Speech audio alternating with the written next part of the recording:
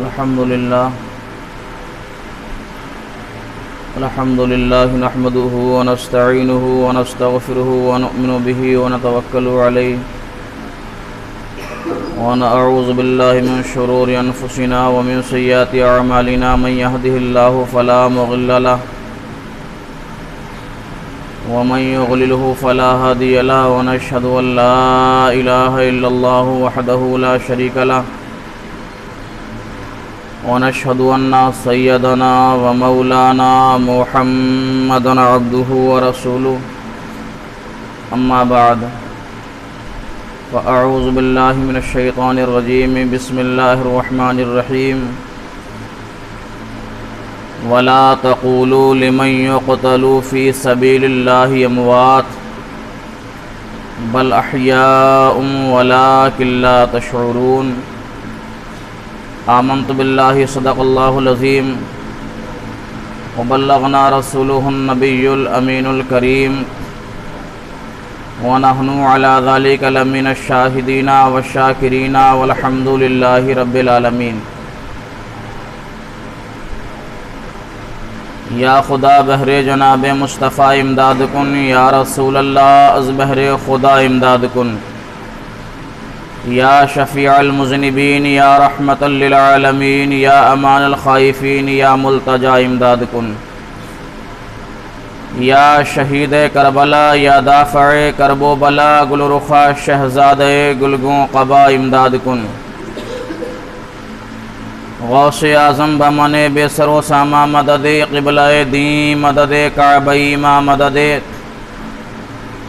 بگرداب بلا افتادہ کشتی مدد کن یا معین الدین چشتی،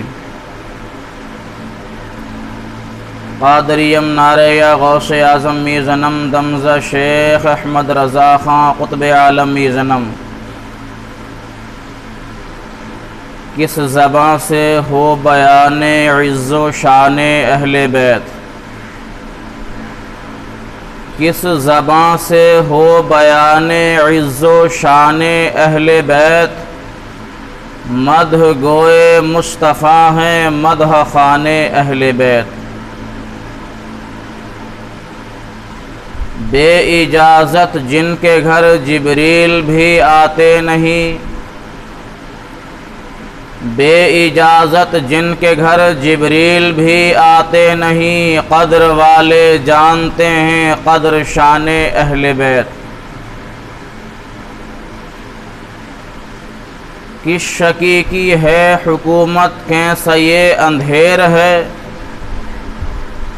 کس شکی کی ہے حکومت کیسا یہ اندھیر ہے، دن دہاڑے لٹ رہا ہے کاروان اہل بیت، فاطمہ کے لاڈلے کا آخری دیدار ہے، فاطمہ کے لاڈلے کا آخری دیدار ہے، حشر کا ہنگامہ برپا ہے میان اہل بیت، بے ادب گستاخ فرقے کو سنا دے اے حسن، بے ادب گستاخ فرقے کو سنا دے اے حسن، یوں کہا کرتے ہیں سنی داستان اہل بیت، درود پاک پڑھیں اللہم صلی علی سیدنا و مولانا محمد وبارک وسلم صلو علیہ صلاۃ و سلام علیک یا رسول اللہ صلی اللہ علیہ وسلم۔ عزیزان ملت اسلامیہ، اسلامی سال کا پہلا مہینہ یہ ماہ محرم الحرام، جو ہمارے آپ کے سروں پہ سایہ فگن ہے، یہ وہ مہینہ ہے جس مہینے میں ہمارے آپ کے نبی کے نواسے نے مذہب اسلام کی بقا کے لیے، قرآن کے تحفظ کے لیے، ہمارے آپ کی بخشش کے لیے اپنا تن من دھن سب کچھ قربان کر دیا۔ حضرت امام حسین رضی اللہ تعالی عنہ وہ عظیم شخصیت ہیں کہ جن کا جواب نہیں ہے۔ میں کچھ دیر یہ بتاؤں کہ امام حسین رضی اللہ تعالی عنہ کون ہیں۔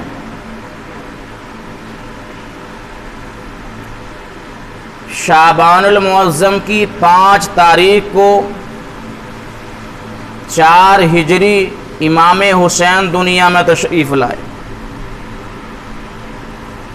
اللہ کے نبی نماز فجر پڑھا رہے ہیں،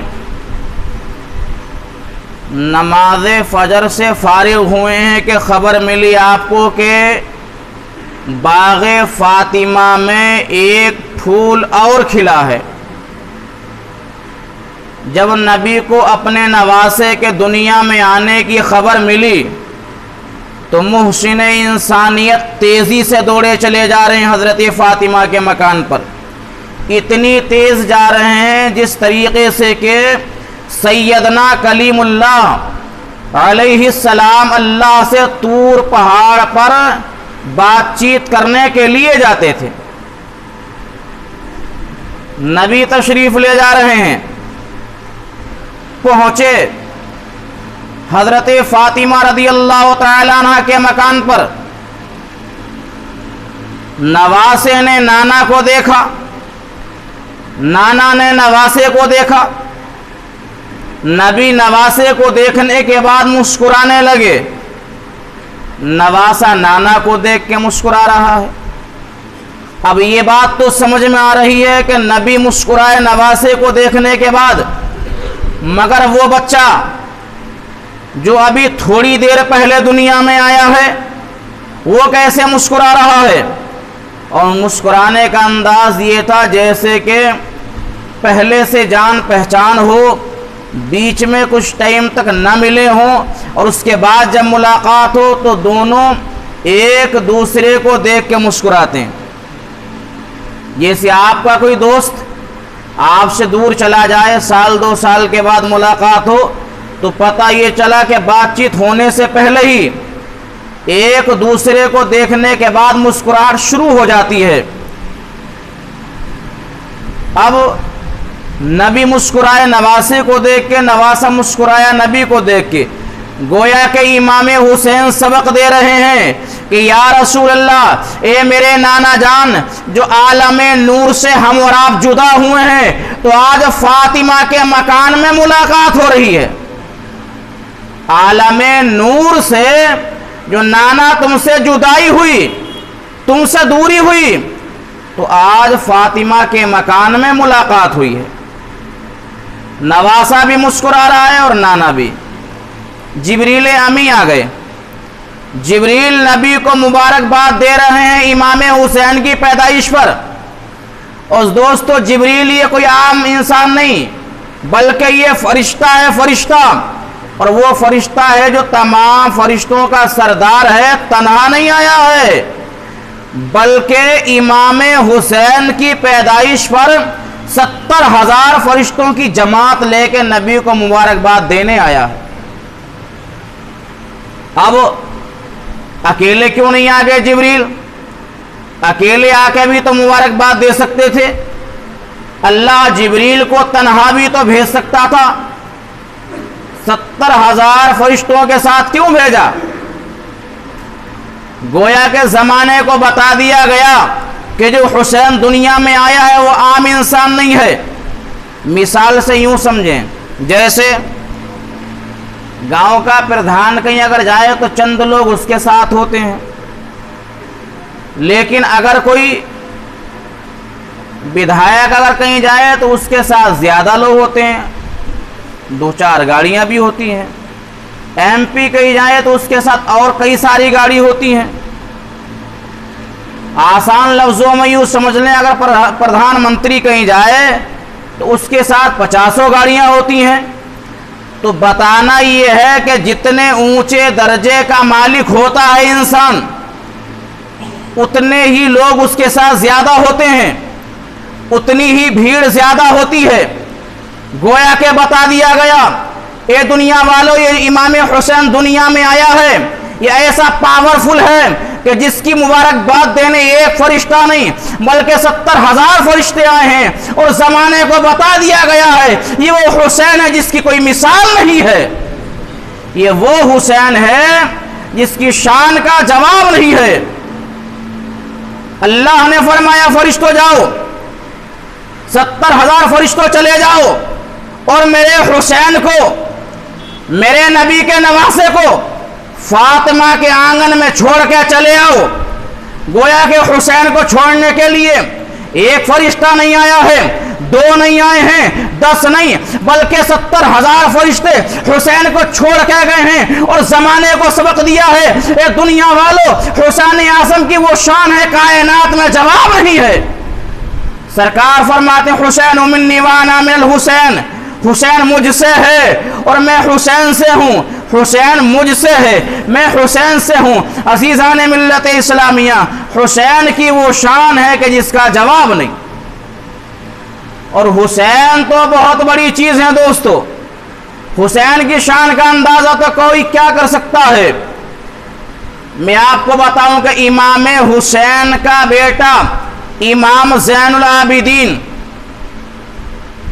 جب کربلا کی جنگ ہوئی تو امام زین العابدین کے بیٹے بھی آپ کے ساتھ تھے، ایک بیٹا امام زین العابدین کا ایک بیٹا جس کو زمانہ امام محمد باقر رضی اللہ عنہ کے نام سے جانتا ہے۔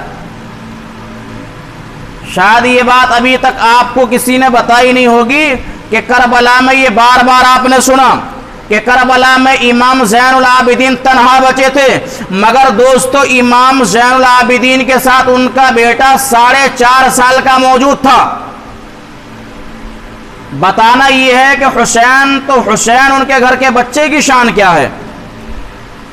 جب تمام لوگوں کی شہادتیں ہوئیں اور یزید کے دربار میں پہنچے یہ تمام قافلے والے، تو چھوٹا سا بچہ ہے 4.5 سال کا، امام زین العابدین کا یزید نے اس سے کہا یہ بچے یہ بتا تو کون ہے، اس لیے کہ 4.5 سال کا بچہ تو ہے مگر چہرہ چاند کی طرح چمک رہا ہے۔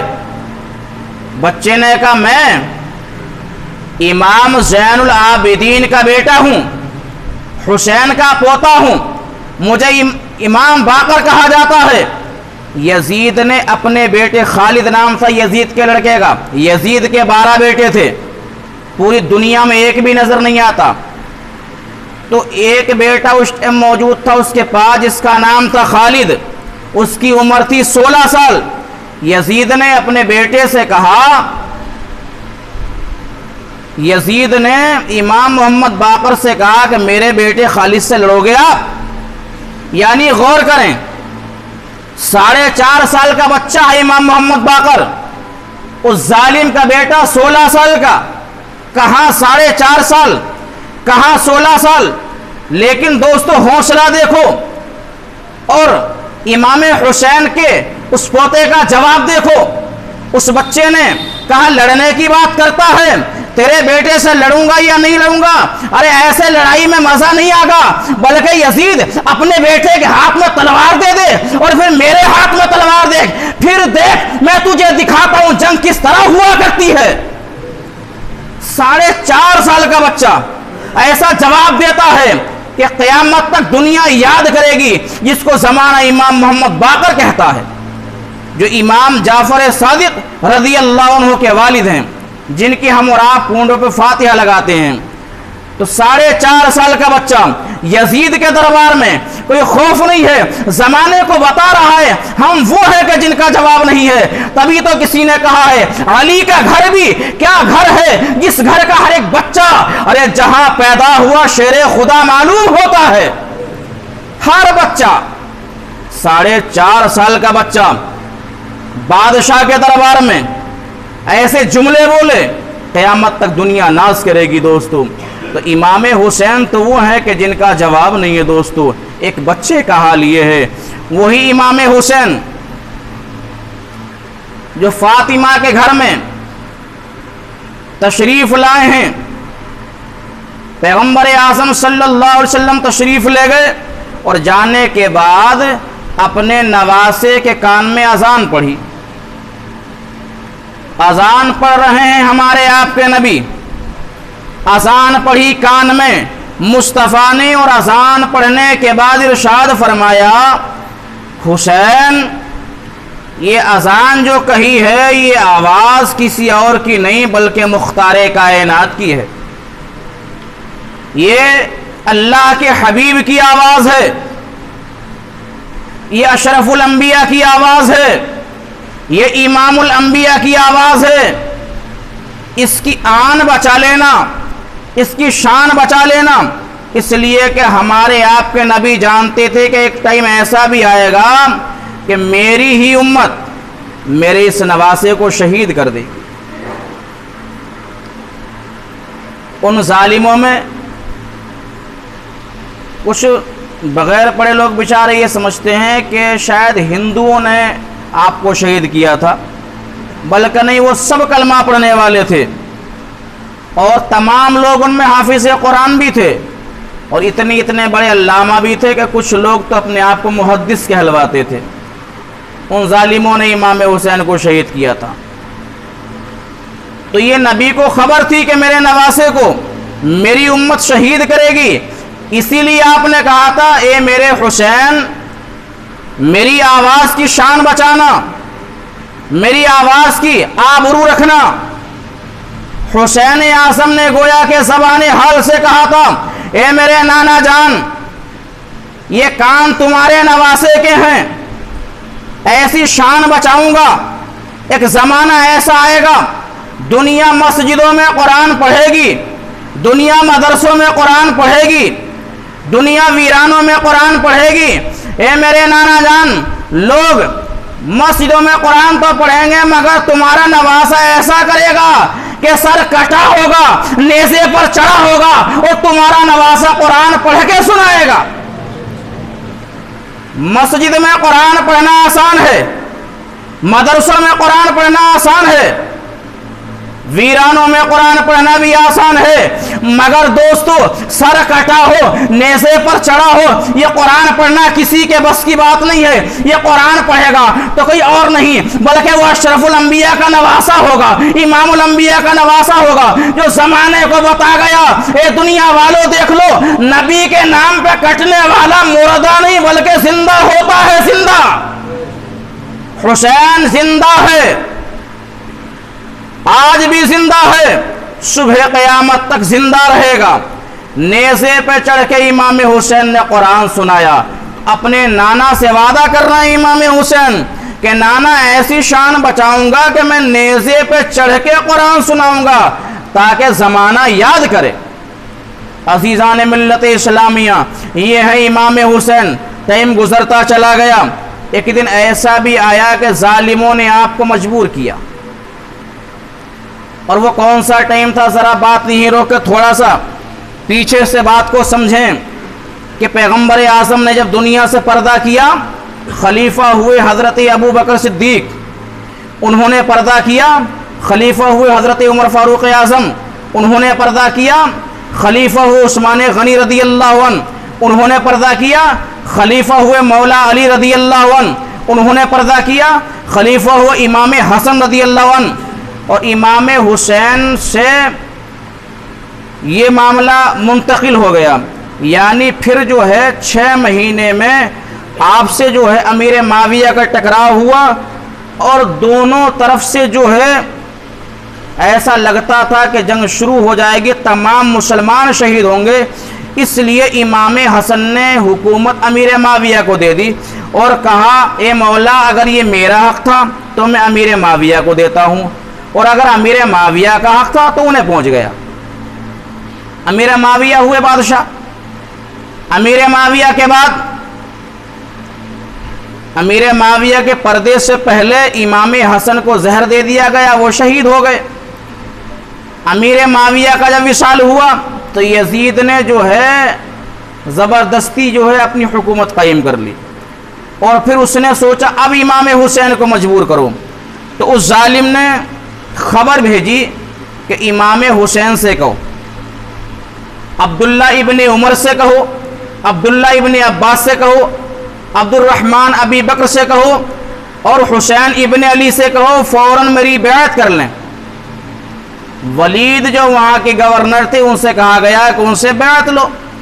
انہوں نے امام حسین کو بلایا اور یزید کا خط دکھایا۔ امام حسین نے جب خط دیکھا یزید کا تو آپ کو جو ہے جلال آ گیا اور آپ نے فرمایا وہ فاسق ہے، وہ شراب پیتا ہے، وہ زانی ہے، میرے یہ وہ ہاتھ ہیں جو پیغمبر اعظم کے ہاتھوں میں گئے ہیں، میرا سر تو کٹ سکتا ہے مگر کسی فاسق کے سامنے جھک نہیں سکتا۔ یزید کی بیعت سے میرا صاف انکار ہے۔ زیادہ مجبور کیا گیا آپ کو تو آپ نے شہر مدینہ چھوڑنے کا ارادہ کر لیا، اور وہ دن آیا کہ آپ نے اپنے تمام پریوار والوں سے کہا کہ چلنے کے لیے یہاں سے تیار ہو جاؤ۔ عزیزو، سارا سامان باندھا گیا، اور سامان کیا تھا؟ آج کی طرح سامان نہیں، بلکہ مختصر سی 4-6 چیزیں جو باندھی گئیں، اور آپ نے اپنی بہن زینب سے کہا چلو آخری مرتبہ نانا جان کے روزے کی زیارت کر لیں۔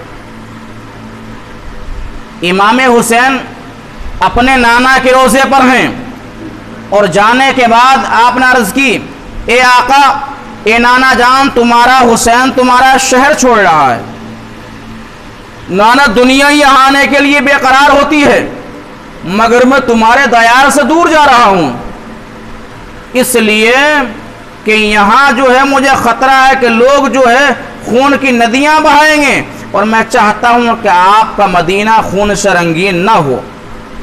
اور آپ نے جب دیکھا ان کبوتروں کو جو نبی کے روزے پر رہتے ہیں تو آپ نے کہا کبوتروں تم خوش نصیب ہو، میں کم نصیب ہوں کہ نانا کے دیار سے دور جا رہا ہوں، مگر تم خوش نصیب ہو کہ جب دل چاہتا ہے تو نانا کے دیار سے، نانا کے روزے سے اپنے جسم کو مل لیتے ہو۔ نانا کو سلام کیا، اس کے بعد واپس گھر آ گئے۔ آنے کے بعد حضرت فاطمہ رضی اللہ عنہ کے مزار پر حاضری دی، بھائی امام حسن کے مزار پر حاضری دی۔ اس کے بعد جب صبح کو مدینہ شریف سے چلنے کا ارادہ کیا دوستو، سارے مدینے کے لوگ جمع ہیں، بچے قدموں میں لپٹ لپٹ کے رو رہے ہیں امام حسین شہر مدینہ چھوڑ کے نہ جائیے۔